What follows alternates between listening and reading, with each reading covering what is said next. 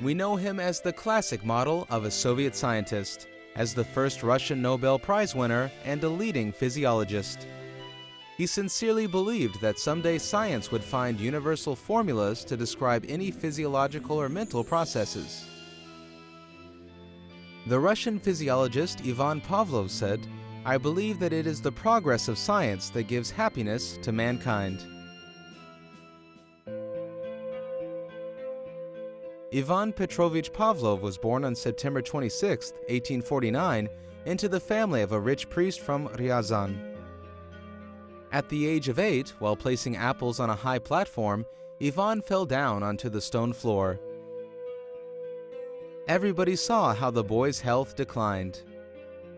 Then his godfather, Father Superior of the Trinity Monastery, took Ivan to his place and cured him with prayers, exercises, physical labor, and ice water.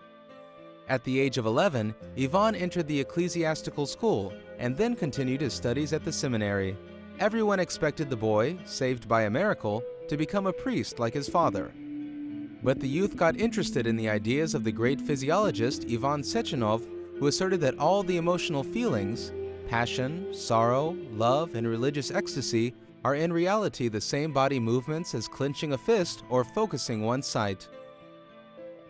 Pavlov believed that the mechanism of emotions could be explained by means of physiology and not by fast or prayers. The son of a priest, Ivan Pavlov became an atheist.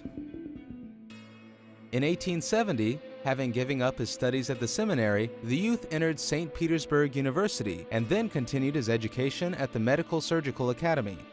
Ivan was immersed in science with the passion of a monk. At the age of 30, the recluse scientist fell in love with his student, Serafima Korchevskaya, a believer who later adopted atheistic ideas because of her love for Pavlov and reconciled with the fact that he interfered with the scalpel into the Holy of Holies, the spiritual life of a person. Nevertheless, the two atheists got married and started living together in perfect harmony and poverty. But Pavlov could not get a promotion and earned very little due to his unsociable and principled character. Once, even students tried to support him by gathering money, but the scientist spent it on food for experimental dogs. It was only at the age of 41 that Pavlov could have a laboratory of his own, thanks to patrons. The key idea of the scientist lay on the understanding that the nervous system governed all the body processes, and he strived hard to make his idea confirmed.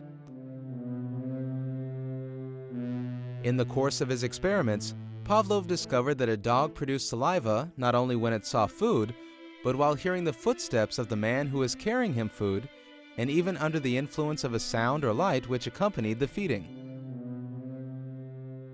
A new reflex, purposefully created by man and originally lacked by a dog, worked out. Pavlov called this phenomenon a conditional reflex. That was the way science received an instrument for studying the emotional life. In 1904, Ivan Pavlov, the first among Russian scientists, was awarded the Nobel Prize for his works on physiology of digestion. Pavlov spent his award on the foundation of the Institute of Physiology and continued studying conditional reflexes. In 1911, the world scientific community called the Russian scientist Ivan Pavlov the leading physiologist. After the revolution of 1917, difficult times were in store for Ivan Pavlov, the world-famous scientist. Once there was a search in his flat, and valuable things and the Nobel Prize medal were confiscated by officials of the Extraordinary Commission. Though Pavlov considered the new order disastrous for Russia, he did not even think of immigration. In 1920, Herbert Wells described his meeting with Ivan Petrovich. Pavlov still continues his remarkable research in a cold office filled with potatoes and carrots, which he is growing in his free time. But when all of the laboratory dogs died because of the cold and hunger, Ivan Pavlov wrote a letter to the Council of People's Commissars. Lenin demanded that the scientists be provided with the most favorable conditions. Pavlov continued to work, but he openly wore the Tsar's medals and severely criticized the Bolsheviks. According to evidence from his contemporaries, After 1917, he crossed himself almost at every church and gave his colleagues a day off on the Orthodox holidays. But the authorities put up with such behavior. The Bolsheviks needed Pavlov. His theory of the conditional reflexes was declared a scientific theory of materialism, and the scientist himself, against his protests, the founder of the socialist idea of creating a new man. Gradually, seeing the progress made in development by the Soviet economy, Pavlov changed his attitude to the regime. He wrote, "I passionately want to live in order to see the victorious completion of this historical experiment."